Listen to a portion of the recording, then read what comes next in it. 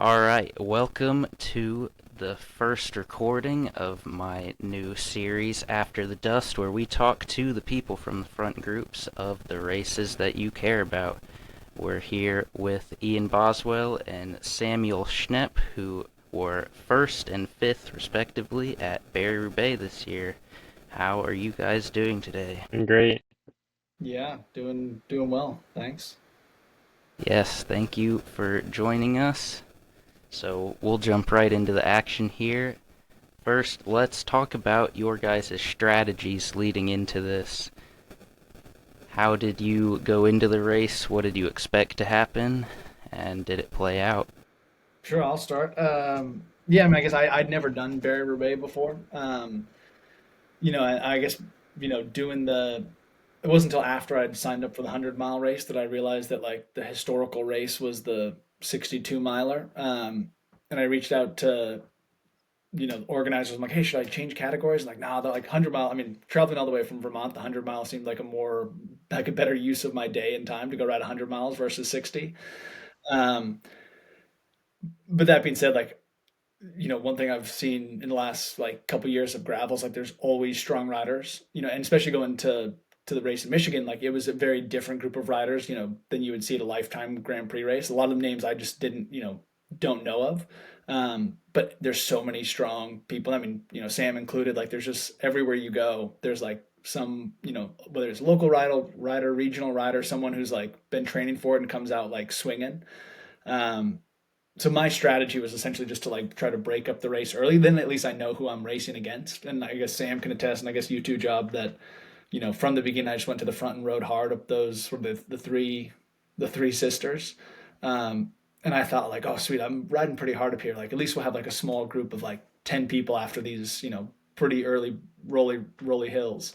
Not the case. Those roads were like so fast. I was like riding so hard, and there was still like 200 people in the group. I was like, "What, man? There's a lot of strong people here." I thought it was going to be a small group, and like, I looked back, and there was just like, yeah, the whole peloton really was still there.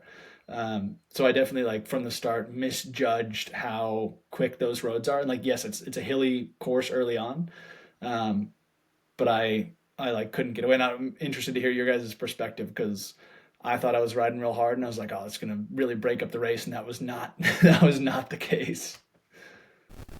Yeah, with there being so many people, even if when you were going so hard up those climbs, by the time it got back to me, we were just kind of pedaling up and then chasing back on the descents and accordion style for the first however many miles until people finally started falling off. Yeah, Yeah, I was like 50 wheels back when you were climbing up the Three Sisters, and it wasn't very, I would say, very challenging to like stay in the group. I was just like at a pretty comfortable pace, comfortably hard pace, and yeah, it was, with those how fast the roads were rolling that day, it wasn't that hard to just stay as one big group, I think. yeah. Yeah, no, it was interesting to me just to like see that. At one point, I did like get a little gap off the front with one guy, and I was like, "Oh, maybe we should like ride hard here."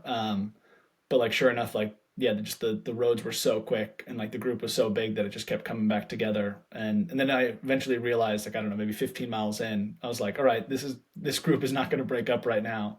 Until we hit that first sandy section. I forget what the name of the was it Sage Road or something like that.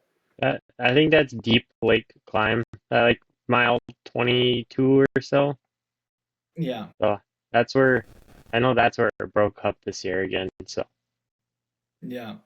Yeah, and I really wasn't Yeah, expecting that. I'd heard about these sandy sections. I didn't like recon the course at all. But I think just like the depth of the sand and like the steepness of the climb, I mean, it broke up like really quick. Like within like maybe mhm. half a mile, it went from, I don't know, 150 riders to like 8 riders, pretty quickly. And I was like, oh wow, like, and I guess personally, like I enjoy racing in a smaller group. At least like then you kind of there's like a better dynamic, and like once you have that front group of riders, everyone kind of commits to like, hey, let's like start riding and rolling through.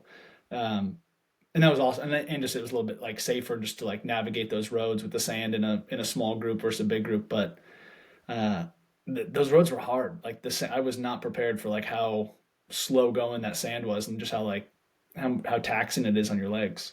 yeah, especially coming off really quick gravel, and for me not really knowing when that road was coming, even though Sam had told me many times exactly where it was. Yeah, just not knowing. And I remember when you were off the front with one other guy, I was towards the middle of the group, and I was doing like endurance pace. So what you're saying about wanting to get away with a small group was would have been good, I think, because everyone else was just chilling. Yeah. Yeah. And so Sam, you had like recon I mean, you're from Michigan, so you had like seen the course, you knew what was Yeah, coming. I knew all that, the whole two track section, which is like 3 miles or so. I reconned that like 4 or 5 times in total. I knew exactly what line to take and where to burn my matches and try to put pressure on the group. So Yeah, no, and it was also like, it was a cold morning as well. And so I like started and like, rode hard, like warmed up, and then I kind of got like cold before the first sandy section, the first double track. And like going up there, like, my fingers were like, I don't say they stopped working, but like, they're just like cold, and like my eyes were yeah. cold, and like the first little rough downhill, I was like, oh, I can't like hardly shift my bike, and like my eyes were like fluttering with with the roughness of the road. It was like I was like, oh, I'm in a bad way here for a hot sec. Yeah, I know my goal once we got to that two track, I had a teammate actually pull me to the front of the group. And then up that first super sandy climb, I pretty much was like, I'm just gonna go hard and try to get a gap or try to really whittle down this group. So I know we came out of there, I think, with 4 people, Mm, if I remember. So it definitely whittled down real quick. yeah. Yeah, that's crazy to me that you guys were off the front with four because I very quickly realized I didn't even know where in the group I was because I wasn't anticipating that because if I remember right, there was a climb right before it, and that climb kind of put me in a bad way because I knew I didn't want to go too hard in the beginning, and but I also didn't want to lose a group, so I was off the back of your group even before that section several times. Yeah, it's also crazy to think like, we came through that section, Sam, and I was like, sweet, we've got a front group. But then you also realize the wild thing about all these gravel events is they're so long. We came out of that Yeah, section, cool, we're 25% of the ride done, and now we only have 5 people. It is a bit easier yeah. like when the group to like start rotating and like keep the speed, but it's like this fine line between like wanting to be in a smaller group, but then also trying to like share the workload over the course of 100 miles is yeah, it's really a balance. But I know once I saw that you were in our group, not to be, I was just like, like, especially because you were definitely a marked rider. I was more thinking, I might as well just have you do more work. But that didn't turn out in the end, I guess. Yeah, I mean, it's also interesting. Like I saw, who was the gentleman who finished third? He was like a local Michigan rider as well. Nick Dahan. Nick, yeah. And I saw like on Strava afterwards, he's like, "Oh, Ian was like taking shorter pulls," and it's like, I guess it's like coming from the road. I'm like, buddy, we should have all been taking like, like you take longer pulls and it just like actually slows things down versus having like a quicker group to just like, we had a big enough group and the roads were fast enough. You could have just had like a continual pace line, and that was like I mentioned to a couple Yeah. of people in the group. I'm like, hey, let's just chop through. Like it's actually faster than taking longer pulls because like you just keep the momentum of the group. Um, I mean, I guess at that point, like it's really about making a big enough gap to the group behind that like you're not worried about people coming back. But on a course like that, at the same time, it's so fast that like you don't really know how far people are behind you. Like there could have been a group, I don't know, a minute behind that caught up if we like lallygagged for a bit, um, which then like complicates things because then you go from a group of 8 riders or 6 riders, 5 riders to 30. Um, then then it kind of resets the race overall. Yeah, my parents told me, Sam, that you were off the front once. How did that? I don't think I was off the front. I think I was dropped from the front. Oh, so they just That could, missed seeing the. yeah, that could have been ish. That probably was it. I got dropped on mile 45 or so, right in that like farmy section. I was already on a little bit of the edge after the wall, that really steep, like longish climb that we had. So I had to chase back on after that, and then the the farm section came, and then Ian threw down something, and I was Yeah. like, I probably should have tried to stay with it a little bit harder than I did. But after that, the roads get pretty smooth and like not a ton of climbing after that. It's pretty rolling, so I should have tried staying on a little bit harder than I did. Yeah.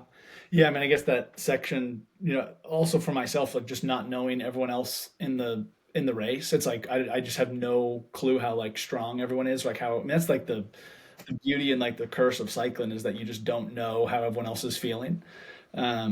And so we had that wall, which is like a hard little climb. Someone also pushed it up that hill. I don't think it was myself. And then we hit that farm section. I was like, cool. Like anytime you have like a hard section followed by a hard section, because the race is like there are some hills, but nothing like where you could attack and get a huge gap. Um, so like for myself, anytime I think like, cool, we've just made a hard effort up this climb, like before people can fully recover, if I can just keep the pace high through that farm section where it was a campground or whatever, um, just keep the speed high, like you're gonna find out who's on the limit. And I think that's where we went from what like five riders down to four. Um, and again, though, it's still like a long way to go. Like you think like, cool, this is like, but it was kind of like one of the last crucial sections of the race. I mean, yeah, there's some hills after that, but you start to like, the further you get into a race, and especially with that course with the three double track sandy sections all being in the first like 35 miles, um, the closer you get to the finish, there's also like less opportunity to make a difference in the race. And I kind of saw that as like maybe this is like the last section to like really whittle down like who is in this, kind of final front group. Yeah, I agree with that. Through that section, I actually got caught by a group because I went into it with just one other person. And then, yeah, from there, that group was together for the rest. There wasn't anything else to break it up or whittle it down. Just rolled in as that group. Yeah. Yeah, and then So same we. at that point, how Oh, big was your group? Like 10 people or still big, 20 people or down to four still? I think we were just down to four, right? Because Sam, you came off and you rode in the whole rest of the way by yourself, right? I was by myself for the next 20 or so miles. The miles, I think, what was that miles 65, 70. I got caught by the chase group, and then I pretty much just sat in the chase group and waited for the sprint to finish. Yeah. Yeah, our group we had yeah, Nick was there, Kyle, and then another gentleman who must finish fourth. I don't know his name. But yeah, we kind of rolled for a while, and then Kyle actually attacked on like a inconspicuous little hill, and I jumped across to him, and yeah, Kyle was like strong all day. Like he just looked super smooth on the bike. Definitely a strong rider, and he and I got away, and I was like, hey, we just need to like open up this gap enough to where they're not going to come back.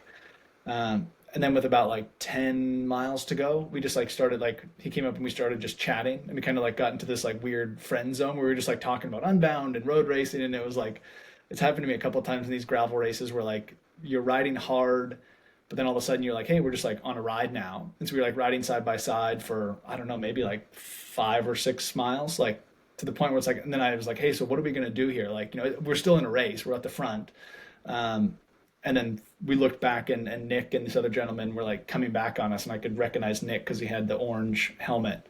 And I was like, oh shoot, they're gonna like catch us. So then the last 5 miles, we like started to work together and just said, hey, let's just ride from here to the finish, and we'll sprint it out. Um, but yeah, it's funny when you kind of go from this like race mode where you don't talk much in the front group to then we were just riding side by side, like kind of yeah, meeting each other and chatting about all sorts of things. Then like, oh shoot, we're still in a race. We got to keep the pressure on. Yeah, that's definitely a fun dynamic. And the same thing was happening back where I was, even though we weren't at the front of the race. And I think that's something that people just love about this whole new gravel racing scene, or really just off-road now, is how you can just show up, like you said. You didn't even know which distance to sign up for. You were telling me, like Yeah. that's Yeah. just a fun dynamic where you don't have to care as much. Yeah.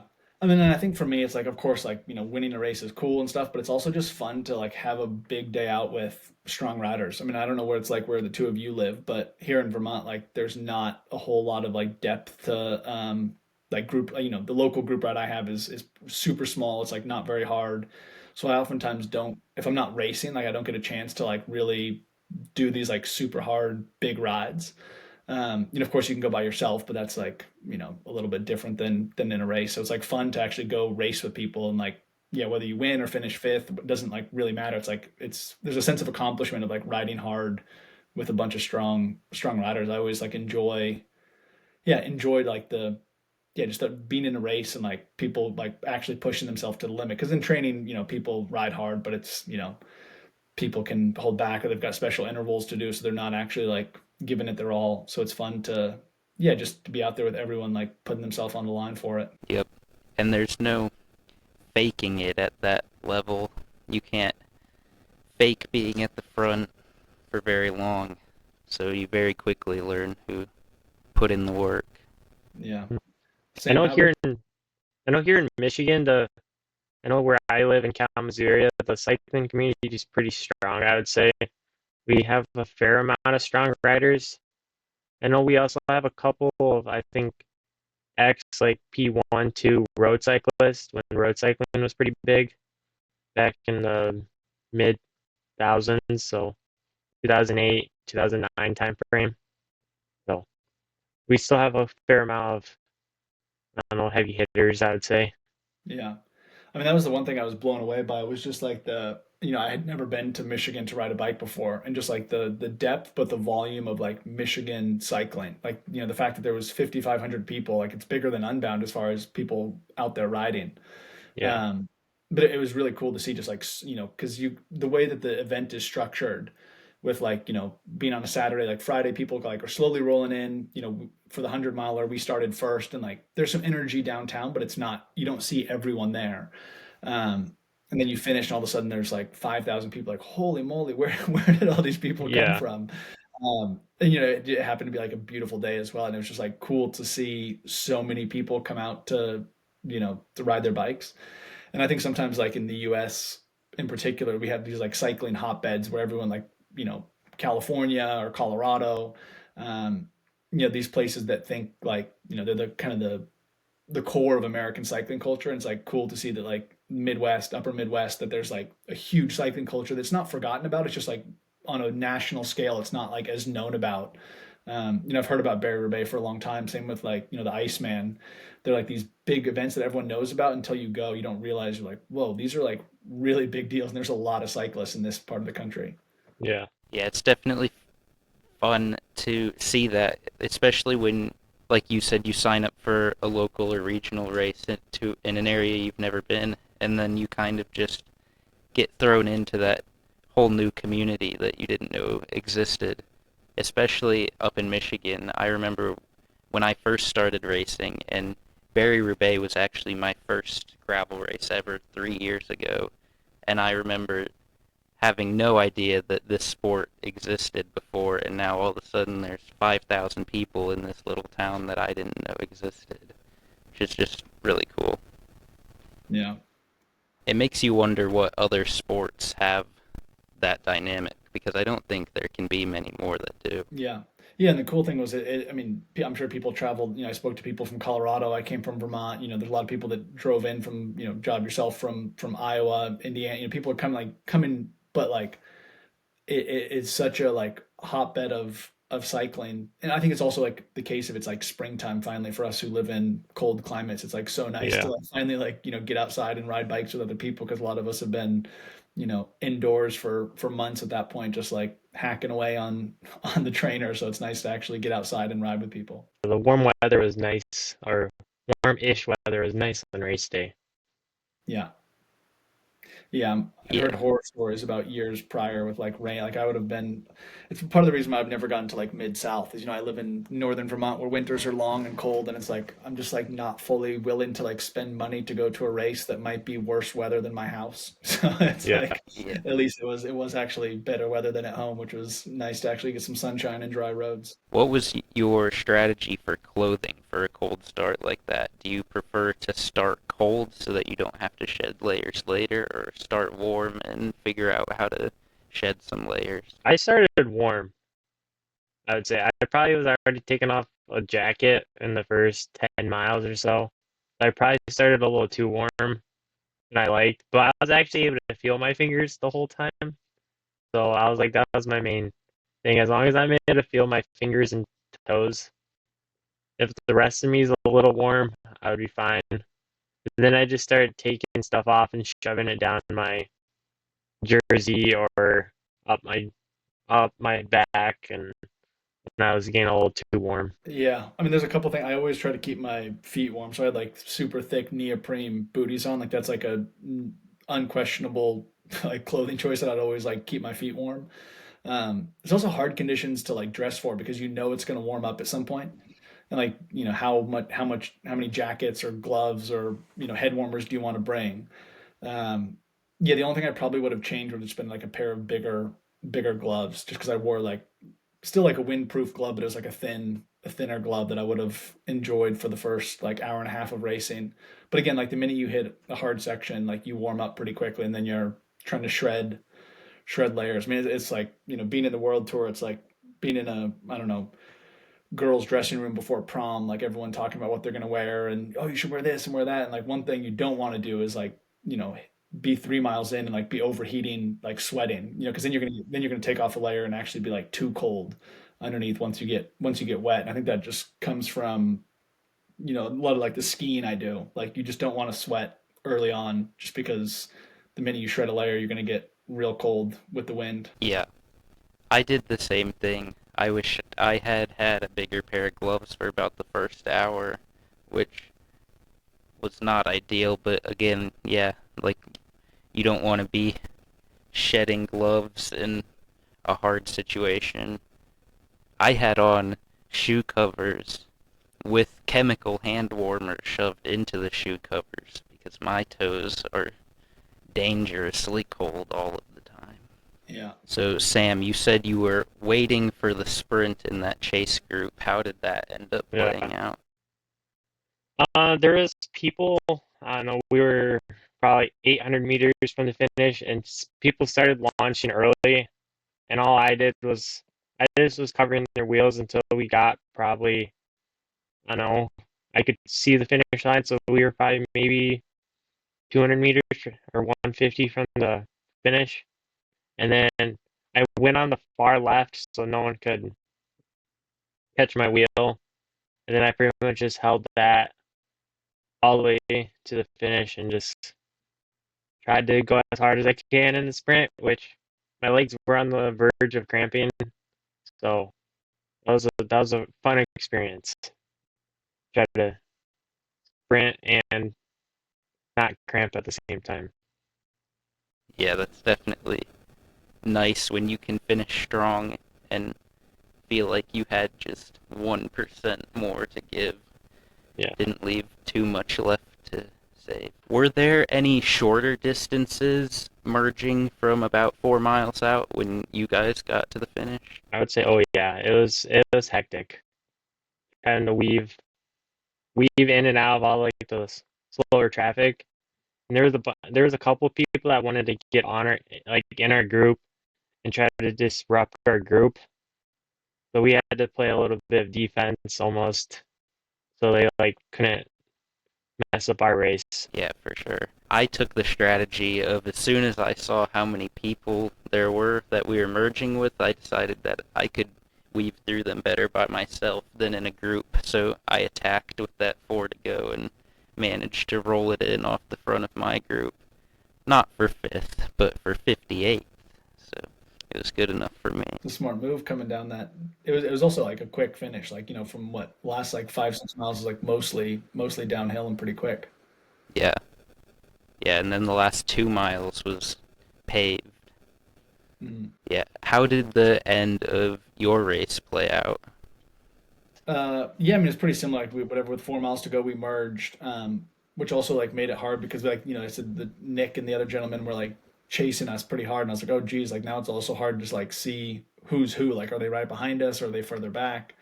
Um, and then Kyle, yeah, Kyle like launched this. He like there's like that little like kind of kick in town. It's not a hard climb. But there's like you come onto the pavement, take that right, and there's that little uphill, and he attacked there, and I was able to. And I mean, before this, like during this whole section when we were just like riding side by side chatting, I think he was feeling pretty good. And I think had he like attacked me there, he would have dropped me. I was like feeling pretty in the box at that point. Probably just from like riding hard early and just like not being ready for a full 100-mile race. Um, so it was like I was like happy to like bring it down to a sprint because I was like, man, if he attacks me 10 miles to go, like I might get dropped and then caught by the other people and dropped again. Um, yeah, we like came into the town for a sprint. We did like have a little bit of traffic. It wasn't too bad. And then yeah, I caught him like he did that little attack on the roller, caught up to him, and then we sprinted from there. And I actually like did I think like some of my best ever 5 second power, which was impressive. Not nothing big because I'm not a sprinter, but I was like, it's funny how you can like put out a better sprint when there's a finish line versus like a stop ahead sign or something. Yeah, for sure. I I do my best sprint numbers when I'm trying to beat a friend, not trying to win a race, which is always disappointing when I can do. The only time I've ever hit 1,000 watts was trying to beat a friend to his house. I've never gone over 1,000 in a race. Yeah, it's funny how when you have something to sprint for, you can get a little bit more out of yourself. Yep, so Sam, you ended up getting fifth, correct? Yep. Yep. There was one in the sprint. Some guy did actually launch early from our group. I don't know, like 5 miles from the finish, and I actually caught him in the sprint right at the line. So that was pretty cool. I went right past him, right on the line. I was like, I didn't even see him there. So I Wow. don't think he expected us to be that close either. Yeah, no, I don't imagine that he could have attacking with 5 miles to go. What ended up happening with the guy on the timing that claimed to have beaten you by 14 minutes in the end? What was the deal with that? Yeah, I mean, I guess I came to the finish, and like I figured Kyle and I were sprinting for the win. But someone after the finish is like, "Oh yeah, like some guy finished 15 minutes ago." I was like, "15 minutes? That's a long time. That's like a big course record out there." Um, and then I realized I was at the front for the first like 15 miles, and then like through the sand, the motorbike was always ahead of us. And I was like, I don't know where this person would have gone. And also, like, if they beat us by 15 minutes, like, we didn't really ever ride easy for a long period of time where someone would have put 15 minutes into us. I mean, Sam, your group was probably only, what, like 3 minutes behind us or something? Like, you weren't that I think far. in total, I think we were 7 minutes behind you guys Yeah. or Which is, I so. mean, yeah. So for someone to be 14 minutes ahead of us by themselves, I was like, that's impressive. And then I Yeah. realized probably what happened was that someone took a wrong turn or they just like cut the course, they didn't want to ride the full 100 miles. And at some point there's like that little lollipop we did. Um, and maybe they're just like, hey, I'm gonna cut off whatever 10 miles of the course. And they just happen to roll across, which normally if you like don't do the full course, you shouldn't cross the finish line because it really messes up people's timing.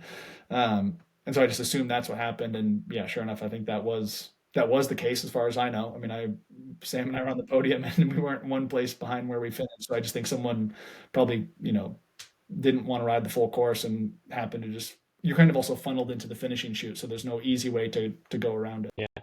But I know that guy also didn't hit the mile 69 timing mat. So the race promoters knew that there was something fishy going on. Yeah. Also, I don't know. I don't mean maybe you know more, Sam. Like, I don't know who it was. Like, was it someone who was like could have been up there, or is it just like someone who's like, hey, I signed up for the 100, but I'm not. Don't. And if it was like a legitimate rider who could have won it, maybe it's like they have to look into it. But if it's just I don't know, someone who's signed up for their first 100-mile event, maybe it's a little bit more obvious of that it was just a mistake of timing. I think it was just a mistake on the rider's end. Like, I don't think I I know I talked to a bunch of teammates that are from the area, and they didn't know the guy's name. And most of the people I think in the lead of all these races, everyone knows who they are. And especially if someone's 15 minutes ahead, it would be probably a pretty big name.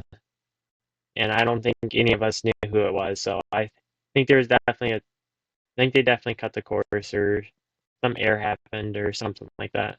Yeah. Yeah, because I think even if like Keegan was there and attacked on that first section, I think it would be hard for him to put 15 minutes into people on that course just because it is just so fast. Like the faster the course, the harder it is to put, that much time into people if they're riding Yeah. somewhat fast behind. Hmm. Yep.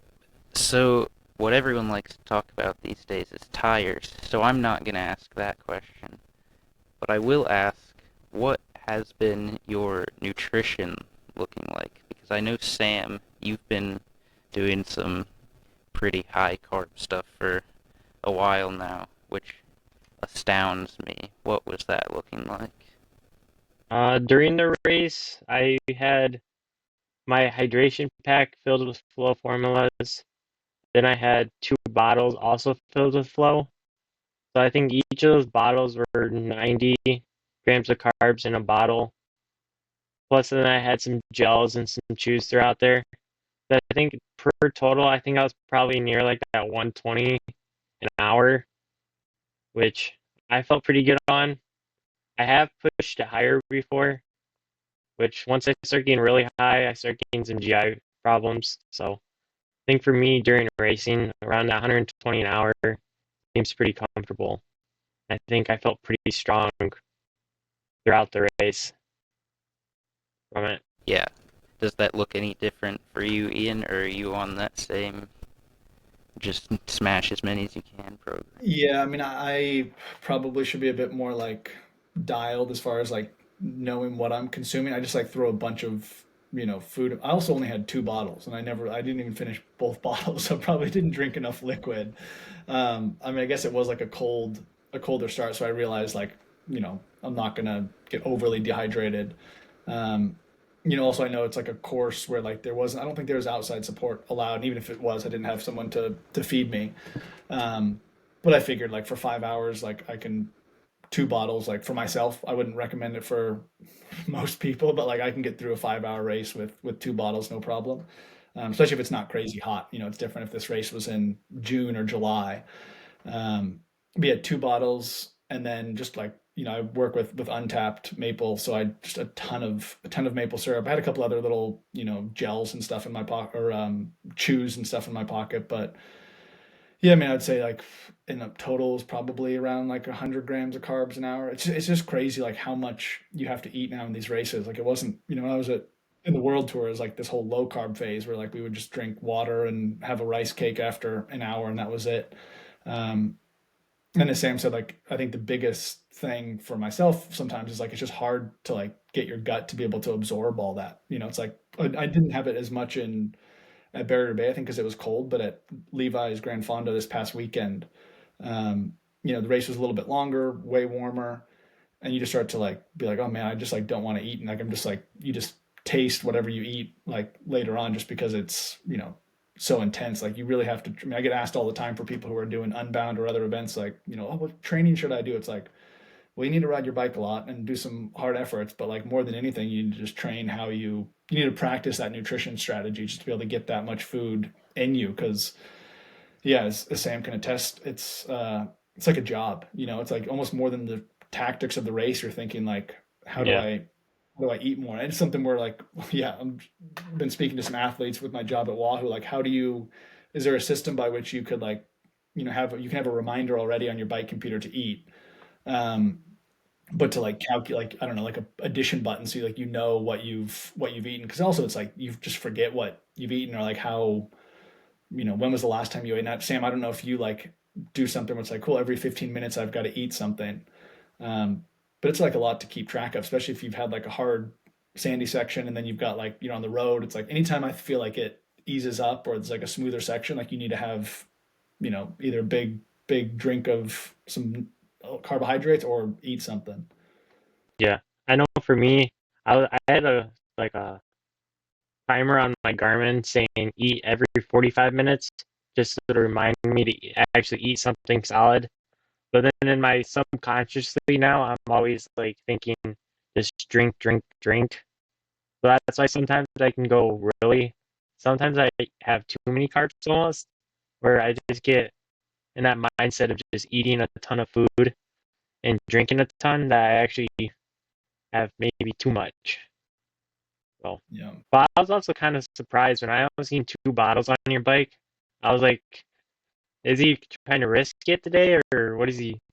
What's his plan here? So, Yeah, no, I mean, I guess in that sense, I'm like maybe a bit of a camel. Like I can go a long time. Like we did a ride yesterday, like a 50-mile ride, and didn't even finish one bottle, which I don't. It's not a good thing that I did that I don't drink. mhm, I don't know. Maybe yeah, for some reason, like can get away without drinking enough liquid, which is also hard because it's so much easier with this like high carb movement to like drink carbohydrates than eat. Especially, I mean at Barry Bay as well, where it's cold. I had like a vest on and like yeah, gloves. It's like when you're digging in your pockets, it's like sometimes hard to find something, or like you're pulling out wrappers instead of pulling out nutrition.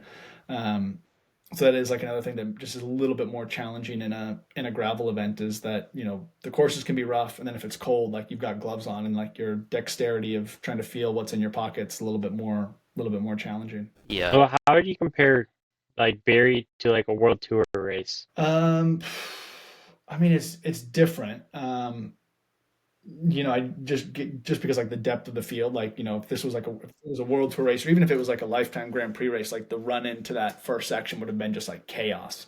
Um, and it was like pretty quick into there.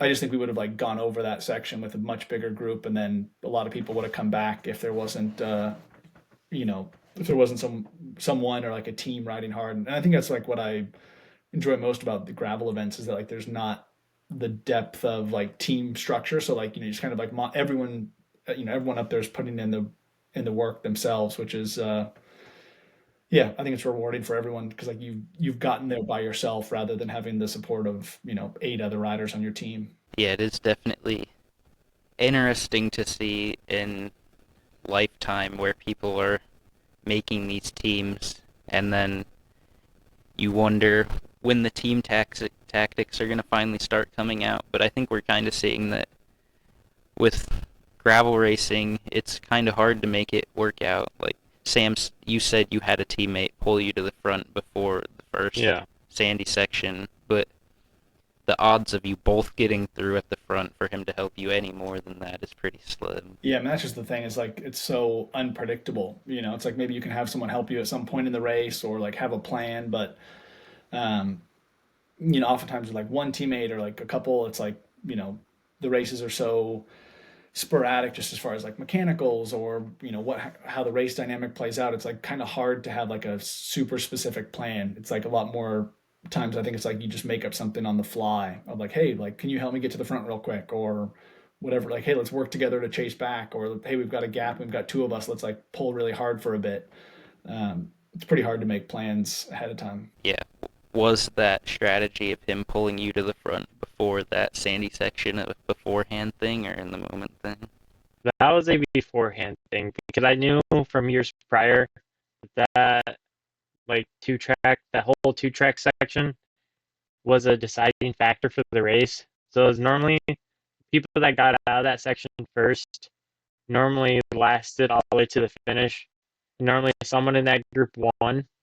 So my goal is just go hard and try to be the first one up that first sandy climb, and then just try to get out there in that front group, and that was it was a mission accomplished. So Yeah, yeah, and I think there's also like a sense of like obligation as well. Like I'm sure Sam, like your teammate was able to help you get up there, which is like part of it. yeah, But the other part of it too is like, cool, my buddy just did this. Like you also feel like more obliged to like push hard when someone's just like sacrificed their race for you. Like, you feel a bit yeah, so like confidence. Then you're like, hey, my buddy just helped me get me to the front. Like now I'm gonna, hmm we've got a plan. It's easier to execute a plan when you have one versus just fly by the seat of your pants. Yeah, yeah, definitely interesting new kind of tactics we're figuring out here in gravel.